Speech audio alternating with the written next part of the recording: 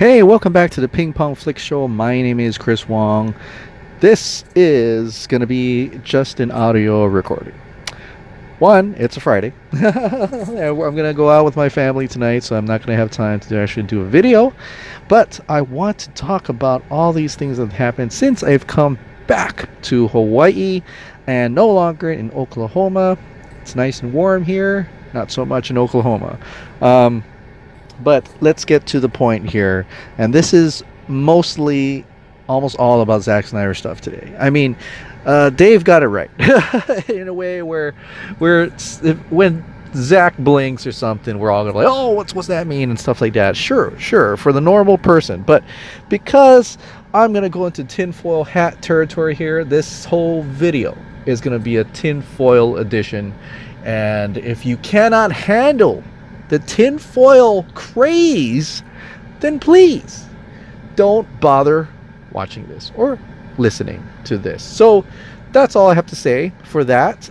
You can move on if you don't care, but if you do care and you want to have some fun, like I love to have some fun, this is the kind of stuff why we watch things like Unsolved Mysteries and stuff like that.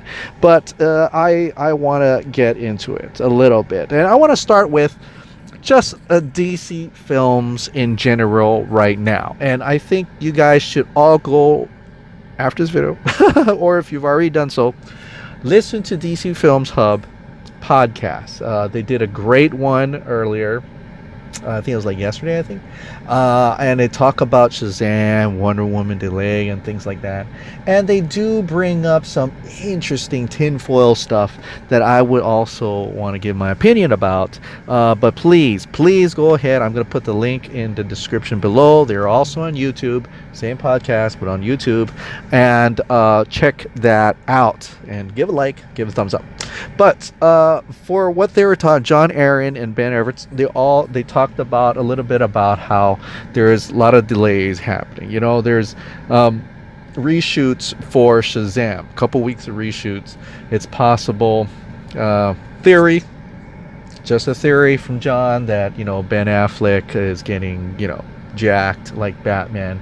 So basically, in summary, because I don't really want to talk point by point, I want you to go and listen to them.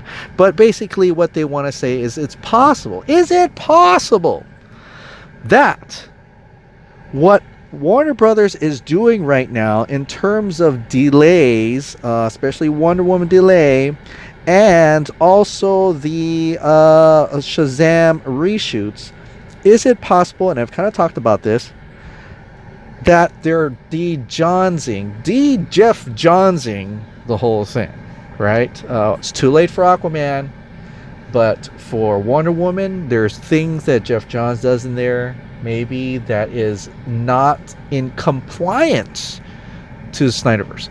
So I don't mean Jeff Johnsing mean it's going to be bright and happy and stuff like that, because we know now Jeff Johns, and we know from his comics and stuff like that, that he can go to real dark places. From Titans, come on, he can do that.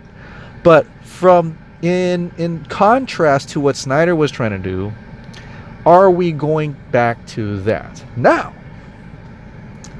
He plays devil's advocate, and on the other side of the spectrum, where people are saying these delays are, in fact, to take out the Snyder elements that are in there. Like, for instance, the little Easter eggs and cameos and things like that. Not cameos, I'm sorry. Easter eggs and little plot pieces, and like that magazine and Shazam. All those little things that tie to the Snyderverse, they are being taken out.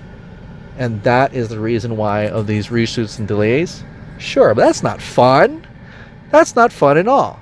So for this, because it's a tinfoil edition, we're going to talk about it could possibly be adding more Snyder elements to it, and for what reason. Why is Gal Gadot saying, because of the changing landscape, Wonder Woman is back to 1984, is back to its original home? What does that mean? What landscape is changing? What is exactly going on? That's the puzzling state that I was talking about. What's going on with this whole DC Films thing, right? And so some people are saying, well, that's the reason. they're delaying it because they're adding that Snyder. Maybe they are trying to connect this universe to a possible Snyder cut. Tinfoil hat on. You can't see my tinfoil. I'm not really wearing it. I'm in the car. I'm not really wearing but my figurative tinfoil is on, and we're having fun now. Is that it's possible, maybe, that they're adding back those Snyder elements that was there in order to be in line with a release of the Snyder Cut and what that Justice League Snyder Cut contains. That is what is pretty much kind of what's talked about in the DC Films Hub podcast. So I'll let you go and listen to that. My thoughts on it are, well, I don't know. But if it's true, that is incredible and awesome. And that means Walter Hamada listened, or has already listened. They have a plan. There's something going on there. But more importantly, that means the Snyder Cut, if whatever those changes are, the original Snyder Cut is going to be canon, and we're going to see it. That's what I'm getting out of that. If that's true. So, with that in mind, this Snyder Cut is really bugging us. But because Zack Snyder is now to the point where he's really answering questions, not the big questions like Snyder Cut, he's hinting at it, but other things that we could probably look into it a little bit further. And a lot of those he's answering on Vero, right? So we know what he's answering on Vero. Let me see if I can pull this up here while I'm talking at the same time. It's been very challenging, but I'm going to do this. So, he's talked about even Batman v Superman. Let's start with that. Batman v Superman, there was the ending where the floating dirt on Superman's casket at the end of BVS, was that supposed to be being brought back to life using a mother box and things like that? So this question is from Sovik Sikder, and so he answered and says that it was supposed to be much more. And I'm thinking that means that Rising the Dirt wasn't just it actually had a story. They actually had a meaning to it. There was something that's supposed to go on within Justice League that would have made that fact. Now, we don't know if that was Justice League Part 1, Part 2, or the original version of it, or because, all this had transpired, everything started changing after the end of the BVS, and so all the plans of whatever that was supposed to be could have possibly changed by then. But we kind of think, that it's possible that the mother box bringing back Superman was not even part of the thing. It may have been used to energize it, whatever, but they left something really huge that was implanted into Man of Steel, figuratively and literally, was the Codex. Now, the Codex, we figured, would play a bigger part of the story. And that could be the reason why that the dirt was floating. The power was still in him. The reason for his resurrection was possibly the part of was the Codex, and maybe part of that piece of that element was part of the reason why Superman comes back, right? And we don't know if that means Steppenwolf or Darkseid was involved, or things like that in terms of corrupting him and stuff like that. Because we know there was supposed to be a black suit Superman thing, but then that was changed, and in order to get suits back to the red and blue, so that could have been changed midway. Even though Snyder was still involved, there was a compromise there. Even though he said no compromise, but that was at the end of his run, but he might have compromised a few times. And we've seen that happen, where it was from Justice League Part 1 and Justice League Part 2, and then it became Justice League just one Justice League. As Jeff John says, it's just going to be called Justice League. That could have been that compromise already when Zack Snyder was still involved. So Now we know that. Now we know we get confirmation that from Zack Snyder, and we knew this, but it's great. A lot of people are like, we know that already. Why do we have to repeat this stuff? We already know that. Well, Zack Snyder confirmed it, and I think when Zack Snyder confirmed it, that's pretty freaking special. I think that's pretty something to be celebrated. It's no longer just speculation. It's confirmation, and I think we like to hear that, and we should celebrate it. Also gets people talking again, and that's always good and great. The other one is that this particular scene where they're all standing there looking at something, we all kind of guessed, and we all kind of know. Some of us already knew what they were looking at, and so but we get confirmation from Zack Snyder. It's from the end looking into a boom tube. It's from the end looking into a boom tube, and we all mostly speculate. He hasn't said it himself, but we've heard from other people that he's looking at Darkseid and headless Steppenwolf. So. But it's great. See, it's great to have the director himself confirm it, and then it gets picked up by these bloggers and stuff like that, and they're like, Zack Snyder confirmed, Zack Snyder confirmed, and so it just gets the Snyder Cut back on the map, back in the media, and I think this is all great stuff. Even though we know, you and I know, oh yeah, I mean, under the this tinfoil hat is huge. It's the size of the football field. Okay, so we can all have fun in it, but it's great that other people outside of the tinfoil hat learn about it as well. So I think this is a great thing to know about, and it's great that Zack Snyder continues to confirm that. Now, the other tinfoil hat thing is, maybe I won't go into this because this is kind of vague, but I'll do this one instead. So I talked a little about Supergirl here, right? And Sam Parker put this out, although the original post is from ItZXProX. Pretty much talked about how, was Supergirl supposed to be ever involved? Zack Snyder responded and says, this is a long answer. At some point, we need to sit down and I will explain, but it has something to do with the empty crash on the scout ship. So remember in Man of Steel, where there was an empty pod, right? Pretty much. And these were thousands of years ago, right? So, we know from the prequel comics, if you read the Man of Steel prequel comics, that is actually Supergirl, or in a sense, maybe the original Supergirl, who knows? But Supergirl. So, and we come to the conclusion, and someone come to the conclusion, including this post, is it possible Supergirl was there at the history lesson? And I'd say, hey, it's a possibility. I don't know if it was in the original history lesson plan, a plan of the history lesson when it was when it's Darkseid instead of Steppenwolf, or what part of that? That's not talking about any particular one, but just the fact that Supergirl could possibly have been there because they crash land about that time. And so Zack seems to respond to that, and maybe one day we will see what transpired after that. But someone brought up something that they saw from the behind the scenes. It was a picture, this picture here, that this is possibly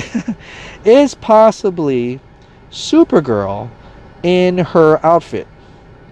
In the Kryptonian outfit, because I remember seeing this and people are wondering, is that for Aura? Is that really for Aura?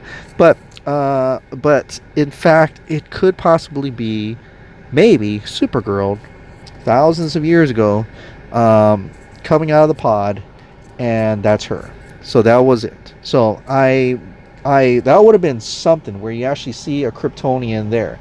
And then it would actually pull it together, right? It would pull it together in that trailer where Steppenwolf says, no Kryptonian, no lanterns. Because you see in the history lesson, he only fought a lantern, but he never fought a Kryptonian. If he had fought a Kryptonian in the history lesson, then it was like, well, who's that? Who's that Kryptonian? Well, it's none other than Supergirl. So, or Kara, before she was Supergirl. Well, Kara is Supergirl. But, so that is quite something, and that wish until it wasn't, But will we get that? So if a Snyder Cut ever comes out, will we get that?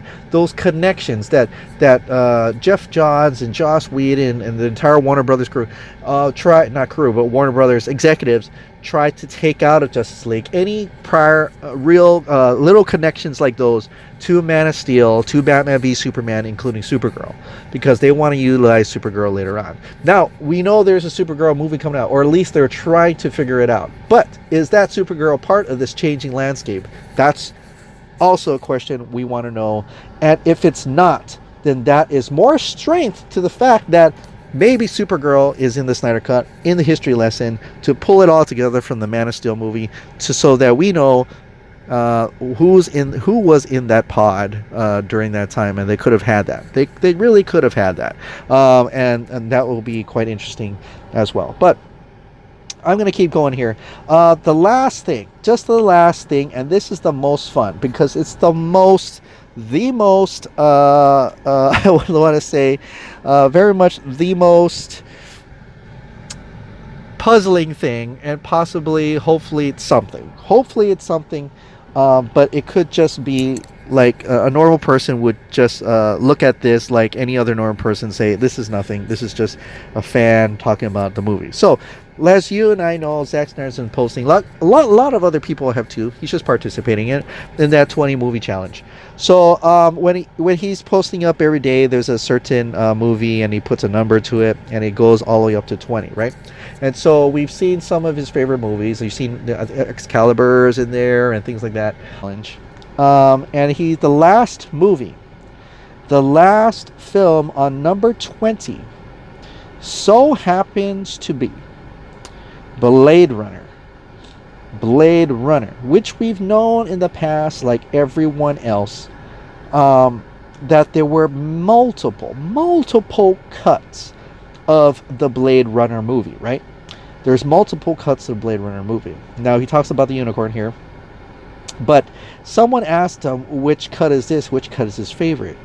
And he specifically says, the final cut. The final cut of Blade Runner is his favorite movie. Now, just because it's number 20, I mean, he could clearly have put it number 1 or number 5 or number 7. But he was, it was kind of like a countdown to something. So, whether that means it's a countdown of he's just playing like that, or really his number 20 is, his most number 20 is his, the Blade Runner final cut is his favorite. You don't never know. But with all intents and purposes, with our giant football field tinfoil hat on, number 20 is Blade Runner, the final cut. Okay? And the final cut is the true cut.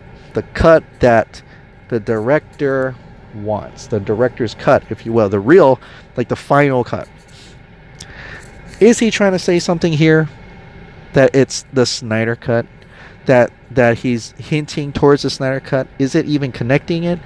Any average person would say, no, it's not.